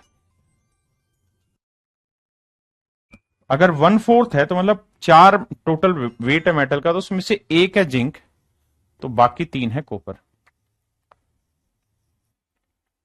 बिल्कुल ठीक है, यहां तक की बात समझ में आ गई। कह रहा है दोनों को मिला दिया। तो मेरे बन्ने मुन्ने प्यारे बच्चों, जब हम इन्हें मिक्स कर रहे हैं तो पहली वाली मेटल का वेट कितना लिया? 2 किलो। और दूसरे वाली मेटल का वेट कितना लिया? 3 किलो। इसका मतलब देसी भाषा में कहें तो हमने इन्हें मिलाया है 2:3 में। हमने इन्हें मिलाया मेरे नन्हे मुन्ने बच्चों 2:3 के रेशियो। जब 2-3 में मिलाएंगे तो यहां 1 और 2 3 बना, यहां 1 और 3 4 बना। बिल्कुल ठीक है। तो अगर हम इन्हें 2:3 के रेशियो मिक्स कर रहे हैं तो भैया क्या करो, इधर 2 से गुना कर दीजिए, इधर 3 से गुना कर दीजिए। सर पहले करना होगा इन्हें 1:1 के रेशियो में। तो भैया 3 और 4 कैल्शियम 12, तो 12 बनाने के लिए इसे 4 से गुना करो, इसे 3 से। ये तो हो गया मेरे बच्चे 1:1। अब हम किस रेशियो में चाह रहे हैं? 2-3। तो 2-3 से गुना। कट तो रहा नहीं कुछ भी, तो यहाँ 3 9 से गुना करेंगे, 9 27, 9 एकम 9। यहाँ 4 दूनी 8 से गुना करेंगे तो 8 दूनी 16, 8 एकम 8। तो भैया पहले वाले में जिंक 8 है, इसमें 9 है, तो 17 आया। Option A he correct answer है। यहाँ 16 और 27 कितना है? 43। पहले से ही कैलकुलेशन क्लियर हो गई कि आंसर होगा ए ऑप्शन, 17:43। ब्रिलियंट।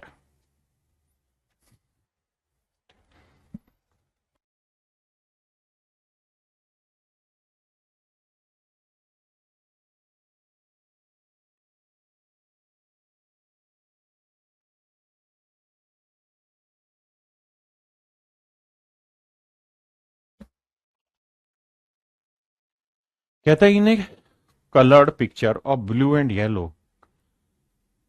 देखिए यार, सवाल बहुत प्यारा है। Is use in the ratio this, if in upper half blue yellow ratio is 2:3, then in lower half. देखो भाई, बहुत गजब का सवाल है, पेपर में कभी भी पूछा जा सकता है आपसे। सवाल में ये कह रहा है कि भैया एक पिक्चर है, let's say this is the picture. ये मेरे प्यारे बच्चों पिक्चर है। पिक्चर में कह रहा है इन्हें colour picture of blue and yellow. कह रहा है 2 कलर यूज करे हुए, हमने एक ब्लू कलर यूज किया हुआ, एक येलो कलर यूज किया हुआ। Blue and yellow colour is used in the ratio 4:3। यानी ब्लू कलर ज्यादा हो रखा है और येलो कलर मेरे बच्चे कम है। सवाल में खुद ही कह रहा है कि भैया ब्लू कलर ज्यादा है और येलो कलर कम, पूरी पिक्चर में 4:3 में। ठीक है जी।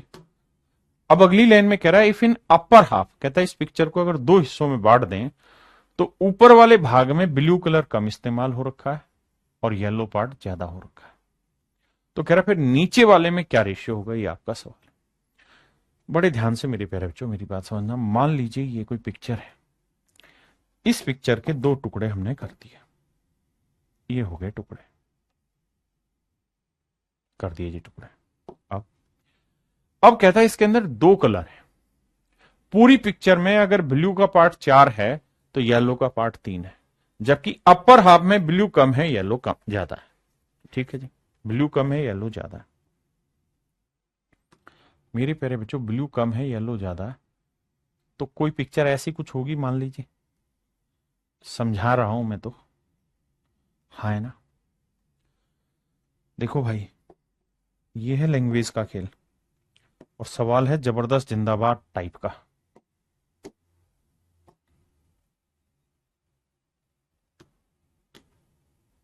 ये हो गया मेरे प्यारे बच्चों येलो कलर की शेड, और एक ले लेते हैं ब्लू कलर की शेड। ये हो गई ब्लू कलर की शेड। ऐसे कोई पिक्चर बनी होगी, ऐसे मेरे प्यारे बच्चों कोई पिक्चर बनी होगी।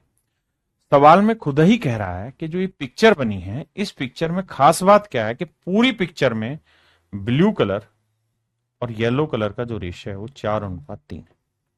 यानी पूरी बड़ी पिक्चर में 4 यूनिट ब्लू कलर है तो 3 यूनिट येलो कलर है। जबकि जो अपर हाफ है, नहीं अपर हाफ मतलब पूरे में से जो आधा ऊपर का हिस्सा है, इसमें ब्लू कलर 2 है और येलो कलर 3 है, ऐसा कह रहा है। यानी ब्लू कलर 2 है, येलो कलर 3 है, ऐसा कह रहा है। तो नीचे वाले में ब्लू और येलो का रेशियो बताओ क्या होगा। थोड़ा सा मैंने उल्टा बना दिया, क्योंकि उल्टा क्यों बना दिया, क्योंकि मुझे ऊपर वाले में ब्लू कम चाहिए, तो ये बना दो ब्लू और येलो होगा बड़ा। अब ठीक हो गया। तो ऊपर वाले भाग में ब्लू इज टू येलो का जो रेशियो है वो 2:3 है।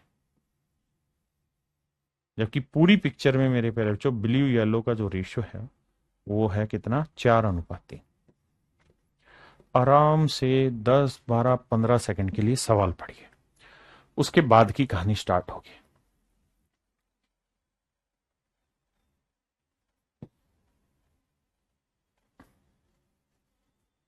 पहले सवाल पढ़ो, फिर मैं आगे बताऊंगा। अगर आप समझ गए हैं तो भैया 2 टुकड़ों में बांट रहे हैं। एक तो फुल पिक्चर, फुल फोटो, और एक अपर पार्ट, अपर पार्ट। एक मेरे प्यारे बच्चों लोअर पार्ट, एक हो गया lower part. Upper part, lower part. तो सवाल में कह रहा है कि पूरी फोटो के अंदर ब्लू और येलो जो है, ब्लू जो है वो 4 यूनिट है तो येलो कलर 3 यूनिट। यानी पूरी फोटो में ब्लू और येलो कलर का रेशियो ये है। जबकि अपर पार्ट में ब्लू येलो कलर का रेशियो है 2:3। तो कह रहा है लोअर पार्ट में ब्लू और येलो कलर का रेशियो क्या होगा, ये मेरा सवाल। ब्लू और येलो कलर का रेशियो क्या होगा, ये मेरा क्वेश्चन है। अब मेरे बच्चे मैं कुछ चीजें हटा रहा हूं समझाने के लिए, गौर से ध्यान दीजिएगा। देखना मेरे बच्चे, देखिए यार ये अच्छे लेवल के क्वेश्चन है, प्योर सीजीएल लेवल के क्वेश्चन है, आपको समझना चाहिए। मेरे बच्चे एक बात बताइए, अगर टोटल इस पूरी फोटो में अगर 10 किलो कलर यूज हुआ है, समझने के लिए अगर 10 किलो कलर यूज हुआ है मेरे बच्चे, तो मैं ये कह सकता हूं कि 5 किलो तो ऊपर वाले में यूज हुआ होगा। भाई उस 5 किलो में ऐसा होगा कि येलो ज्यादा हो रहा होगा और ब्लू कम यूज हो रहा होगा। हाँ है ना, आप कहेंगे ये बात समझते हैं। यानी पूरी फोटो में अगर 10 किलो कलर यूज हुआ है तो उसमें से 5 किलो कलर यूज हुआ है ऊपर वाली में, और बाकी बचा हुआ 5 किलो यूज हुआ है नीचे वाली में। अब जो 5 किलो ऊपर यूज हुआ है उसमें समझो कि ब्लू कम है येलो ज्यादा है, नीचे ब्लू ज्यादा होगा येलो कम होगा। ये 10 और 5 कोई वो नहीं, ये सिर्फ समझाने के लिए कि पूरी फोटो में जितना कुल मिला के कलर की क्वांटिटी लगी होगी, अपर पार्ट में आधी क्वांटिटी लगी होगी और नीचे वाले में भी आधी क्वांटिटी लगी होगी। मतलब अगर मैं ये कहूं ना कि भाई अपर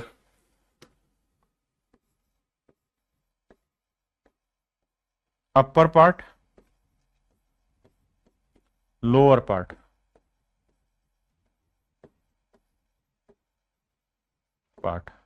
और फुल फोटो, अगर बात करें ना तो अपर पार्ट में अगर 1 यूनिट पेंट लगा है तो नीचे वाले पार्ट में भी 1 यूनिट पेंट लगा है, और टोटल में जो पेंट लगा है मेरे प्यारे बच्चों वो 2 यूनिट पेंट लगा है। ये मैं आपको समझाने की कोशिश कर रहा हूं कि अगर पूरी फोटो में 2 यूनिट पेंट लगा है तो उसमें अपर पार्ट में 1 लगा है, लोअर पार्ट में 1 लगा है। अब हमें जो रेशियो दिया है वो फुल फोटो का और अपर पार्ट का दे रखा है, तो इसका मतलब हमें फुल फोटो और अपर पार्ट को जो मिक्स करना है ना, फुल फोटो और अपर पार्ट को जो मिक्स करना है वो 2:1 के रेशियो में मिक्स करना है। यानी फुल फोटो का पेंट का जो क्वांटिटी होगी 2, तो अपर पार्ट में पेंट की क्वांटिटी 1 यूनिट होगी। बिल्कुल ठीक है। यहां क्वांटिटी देखें 4 और 3 7, यहां क्वांटिटी देखें 3 और 2 5 यूनिट। अब जरा ध्यान दें, पहले हमें इन्हें 2:1 में मिलाना है, तो पहले इक्वल करो, तो इक्वल करेंगे तो इधर 5 से गुना करो, इधर 2 से 7 से कर दिया जी। अब जिस रेशियो में वो चाह रहा है उस रेशियो से उठा के इसे गुना कर देते हैं। तो मान लीजिए हम चाह रहे हैं 2:1 के रेशियो में, तो इधर 2 से गुना कर दो, इधर 1 से कर दिया साहब। तो यहां 7 एकम 7 से करोगे तो 7 ये 21 आएगा और 7 दूनी 14 आएगा। यहां 5 दूनी 10 से किया तो ये 30 आएगा और ये 10 चौक 40 आएगा। इसका मतलब जानते हो क्या हुआ? इसका मतलब ये हुआ मेरे बच्चे कि 5 दूनी 10 7 70। अगर 70 किलो पेंट यूज हुआ था पूरी फोटो बनाने में, बड़े ध्यान से समझना, पहला सवाल डिटेल में समझ जाओ, मतलब बता तो छोट ही रहा हूं लेकिन कॉन्सेप्ट वाइज समझ जाओगे, उसका जीवन में दिक्कत नहीं। अगर पूरी फोटो बनाने में 70 किलो पेंट यूज हुआ है, पूरी फोटो बनाने में मेरे भाई 70 किलो पेंट यूज हुआ है, तो उसमें से 40 किलो पेंट तो ब्लू कलर का यूज हुआ और 30 किलो पेंट येलो कलर का हुआ। जबकि अपर भाग में कितना हुआ? 1 7 7 5 35। तो ऊपरी वाले हिस्से में अगर 35 किलो पेंट इस्तेमाल किया है, तो उस 35 किलो पेंट में, जो ऊपर वाले में 35 किलो पेंट यूज किया है, उसमें से 14 किलो तो है ब्लू कलर और 21 किलो है येलो कलर। तो मेरे बच्चे टोटल 40 किलो ब्लू कलर ही इस्तेमाल हुआ, उसमें से 14 किलो हुआ है अपर पार्ट में, तो बचा कितना? 26। तो 26 किलो हुआ होगा लोअर पार्ट में। पूरी फोटो में 30 kilo yellow colour paint use हुआ है, 21 किलो तो ऊपर वाले में यूज हो गया, तो बचा कितना? सर 9। तो नीचे वाले में येलो कलर 9। तो नीचे वाले पार्ट में ब्लू और येलो कलर का जो रेशियो होगा मेरे प्यारे बच्चों 26:9 होगा। ये मेरे सवाल का सही उत्तर है। 26:9 होगा ब्लू और येलो कलर का ratio. That is your answer. वैसे ही मेरे बच्चे आप एक बात समझ सकते थे कि नीचे वाले में नेचुरल है ब्लू ही ज्यादा आना था और येलो कम, तो ब्लू यहां पे कम है, यहां पे भी कम है, यहां पे भी कम है। तो ऑप्शन से भी ट्रिक वाइज आप जाते तो केवल ऑप्शन ए ही आपको जस्टिफाई करा के देता। अब इसी तर्ज पे और सवाल ले रहा हूं।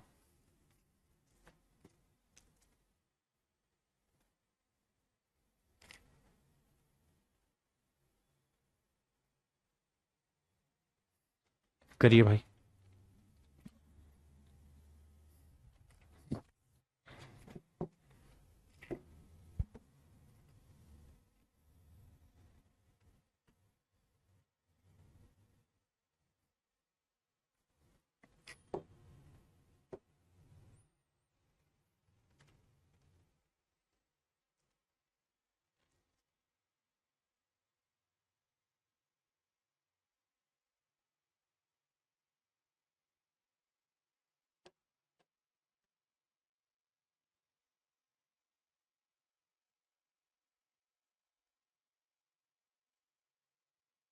आप पढ़ते रहे।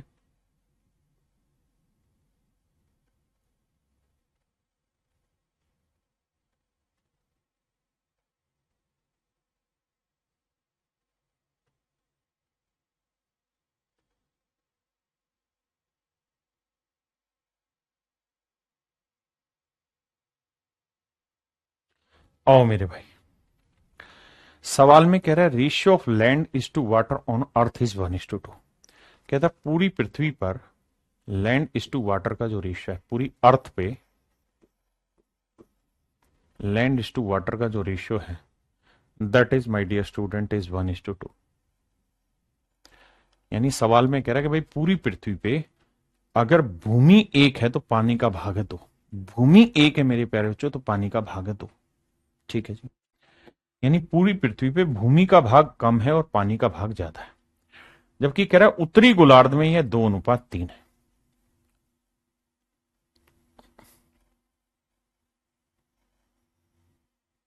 ऐसे मैंने बना दिया। अब मेरे प्यारे बच्चों पूरी पृथ्वी पे दो चीजें, एक चीज तो है पानी, पानी ज्यादा है तो लेट्स से पानी, और एक हिस्सा है मेरे बच्चे भूमि का, तो ये ग्रे कलर में या इस कलर में मैंने शो कर दी लैंड। तो पूरी पृथ्वी पे पानी है और भूमि है। सवाल में कह रहा है कि भाई पानी का पार्ट ज्यादा है, और भूमि का पार्ट कम, ये नीला नीला जो है ये पानी है, भूमि का भाग है 1। जबकि कह रहा है कि जो उत्तरी गोलार्ध है, जो नॉर्दर्न हेमिस्फीयर है, उसमें लैंड इज टू वाटर का रेशियो 2:3 है। ये मेरे बहुत सारे बच्चे जानते होंगे कि पूरी पृथ्वी को अगर हम 2 हिस्सों में बांट दें बीचों बीच, तो ये कहलाता है मेरे बच्चे क्या, नॉर्दर्न हेमिस्फीयर। ये कहलाता है नॉर्दर्न हेमिस्फीयर, उत्तरी गोलार्ध, और ये कहलाता है साउदर्न हेमिस्फीयर, दक्षिणी गोलार्ध। आपने कहा ठीक है, एक नॉर्दर्न हेमिस्फीयर, एक साउदर्न हेमिस्फीयर। बहुत बढ़िया चीज। अब तो कह रहा है कि बताओ भाई फिर साउदर्न हेमिस्फीयर में, यानी दक्षिणी गोलार्ध में, ये तो हुआ उत्तर पृथ्वी का, ये उत्तरी गोलार्ध, तो दक्षिणी गोलार्ध का रेशियो क्या होगा, साउदर्न हेमिस्फीयर में लैंड इज टू वाटर का रेशियो क्या होगा। पहले आप इतनी बात पढ़िए, सवाल को इमेजिन करिए, फिर मैं सवाल को डिटेल में लेने की कोशिश करूंगा। अभी सिर्फ समझाने की कोशिश की कि सवाल क्या कह रहा है। एक बार कोशिश करिए।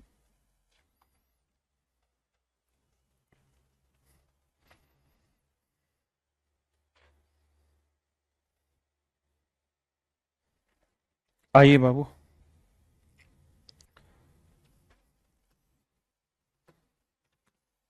हाँ,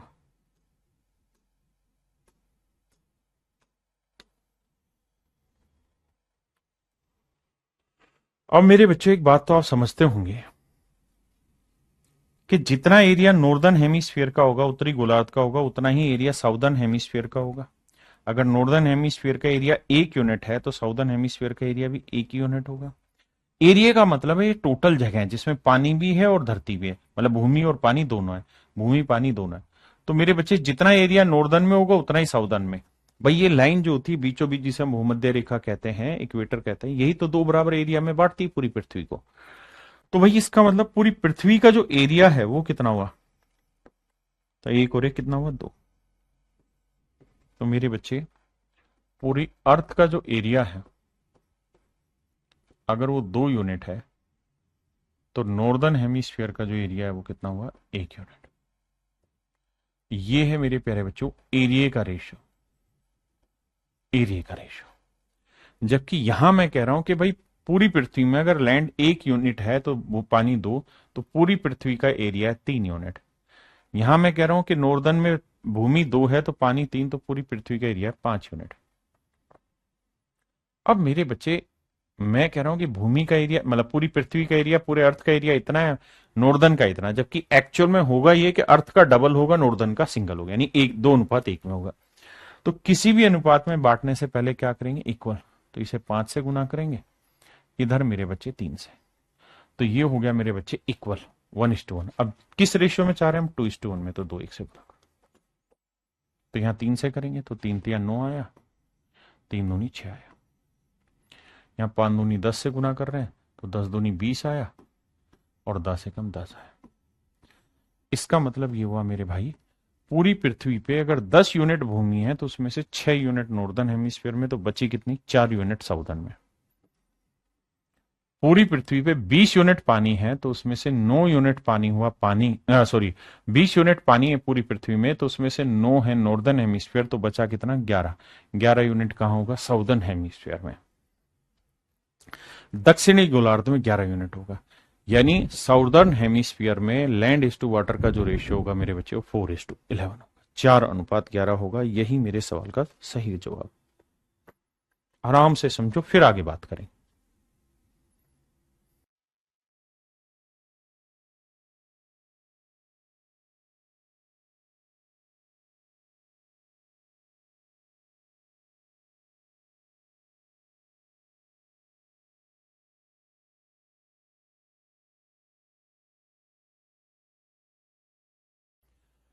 देखिए मेरे बच्चे, सवाल में कह रहा है on the whole surface of earth the ratio of land is to water.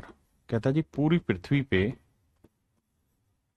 Land is to water का जो रेशियो है that is 3:5, while in northern hemisphere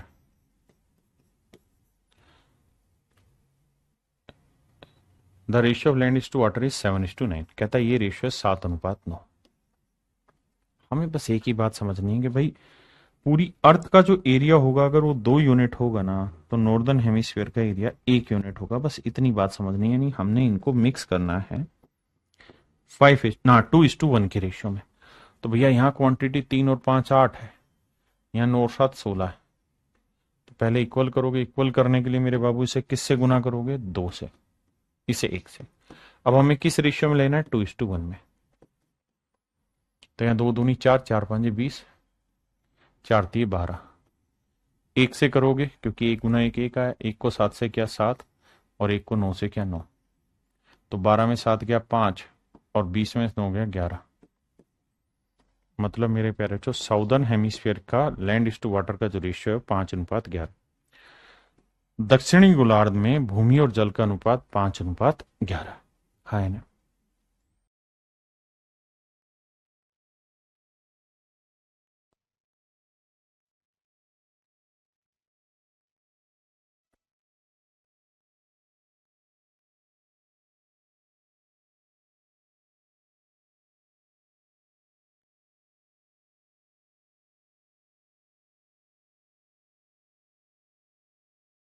देखिए मेरे बच्चे, ये सवाल जो आपने पढ़ा है ना, उससे भी एक कदम ऊपर का क्वेश्चन है, यानी यहां एक स्टेप कैलकुलेशन का और बढ़ाया है। पहले सवाल पढ़िए, समझाता हूं, फिर आगे की चर्चा करेंगे। सवाल में कह रहा हूं, on the whole surface of earth the ratio of land and water is 1:2। पूरी पृथ्वी पे भूमि और जल का अनुपात, यानी लैंड इज टू वाटर का जो रेशियो है पूरी पृथ्वी पे, वो 1:2 है। होल अर्थ पे। आपने कहा जी ठीक है। जबकि कह रहा है नॉर्दर्न हेमिस्फीयर में, उत्तरी गोलार्ध में, लैंड इज टू वाटर का जो रेशियो 2:7 है, 2:7 है। 2 और 1 3, 7 2 9। और हम ये बात जानते हैं कि यार पूरी अर्थ का एरिया अगर 2 यूनिट होगा तो नॉर्दर्न हेमिस्फीयर का एरिया होगा 1। यानी इन्हें मिक्स करना है 2:1 में। नीचे का पढ़ो ही नहीं, बस यहां तक का पढ़ो, इससे आगे का मत पढ़िए, बस यहां तक पढ़िए।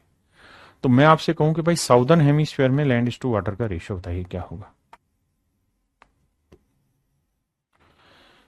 तो मेरे बच्चे किसी भी रेशियो में कन्वर्ट करना हो पहले इक्वल करते हैं। तो इक्वल करने के लिए इसे 3 से करेंगे, इसे 1 से, हो गया इक्वल। अब जिस रेशियो में वो चाह रहा है 2:1 में, तो 2 से इधर गुना करो, 1 से इधर कर दिया। तो 3 दूनी 6, 6 दूनी 12, 6 एकम 6, 1 एकम 1 से गुना करोगे तो भैया 2 ही आएगा और यहां 7। तो मेरे बच्चे पूरी पृथ्वी पे अगर 6 किलोमीटर भूमि है तो उसमें से 2 किलोमीटर नॉर्दर्न हेमिस्फीयर में है, तो साउदर्न में कितनी बची? 4। पूरी पृथ्वी पे अगर 12 गिलास पानी, तो उसमें से 7 गिलास पानी साउदर्न, माफ करिए, नॉर्दर्न में है, तो साउदर्न में कितना बचा? 5। अब पहले इतनी बात पढ़िए फिर आगे बताएंगे। तो इतनी बात से ये पल्ले पड़ा कि सर साउदर्न हेमिस्फीयर में, जो साउदर्न हेमिस्फीयर है उसमें मेरे प्यारे बच्चों लैंड इज टू वाटर का जो रेशियो 4:5। आपने कहा हाँ ये बात पल्ले पड़ गई, एक स्टेप कैलकुलेट कर लिया। अब इससे आगे की बात पढ़ेंगे। कहता है दक्षिणी गोलार्ध के आधे क्षेत्र, कहता साउदर्न हेमिस्फीयर का हाफ कर दिया। तो साउदर्न हेमिस्फीयर के फर्स्ट हाफ में कहता है लैंड इज टू वाटर का रेशियो 3:2। तो कहता है जो सेकंड हाफ बच गया उसमें लैंड इज टू वाटर का रेशियो क्या होगा। यानी साउदर्न हेमिस्फीयर में, जैसे उत्तरी गोलार्ध है नॉर्दर्न हेमिस्फीयर, ये साउदर्न हेमिस्फीयर है। अब कहता है कि इसका अगर आधा कर दें तो पहले वाले आधे में ये चीज है, तो दूसरे वाले आधे में क्या चीज होगी, ये पूछ रहा है। तो मेरे बाबू हमें ये बात पता है कि भैया साउदर्न हेमिस्फीयर का एरिया अगर 2 यूनिट होगा तो उसके हाफ का, फर्स्ट हाफ का एरिया हो जाएगा 1। यानी आपने इन्हें मिलाना है 2:1 में। तो 4 और 5 9, 3 और 2 5, बिल्कुल एब्सोल्यूट करेक्ट है। आइए पहले 1:1 में करेंगे तो इधर 5 से, इधर 9 से।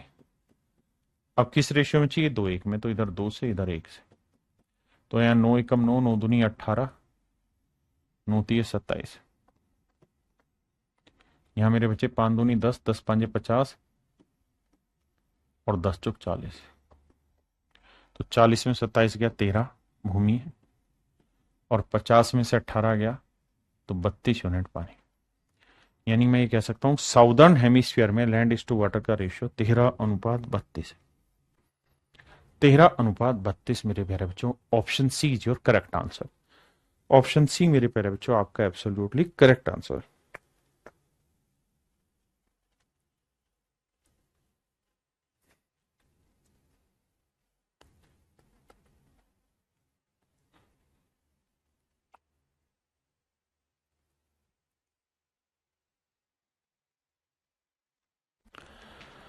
आइए मेरे बच्चे, देखिए ये है तो मिक्सिंग का ही, लेकिन ये मिक्सिंग थोड़ी डिफरेंट टाइप की है।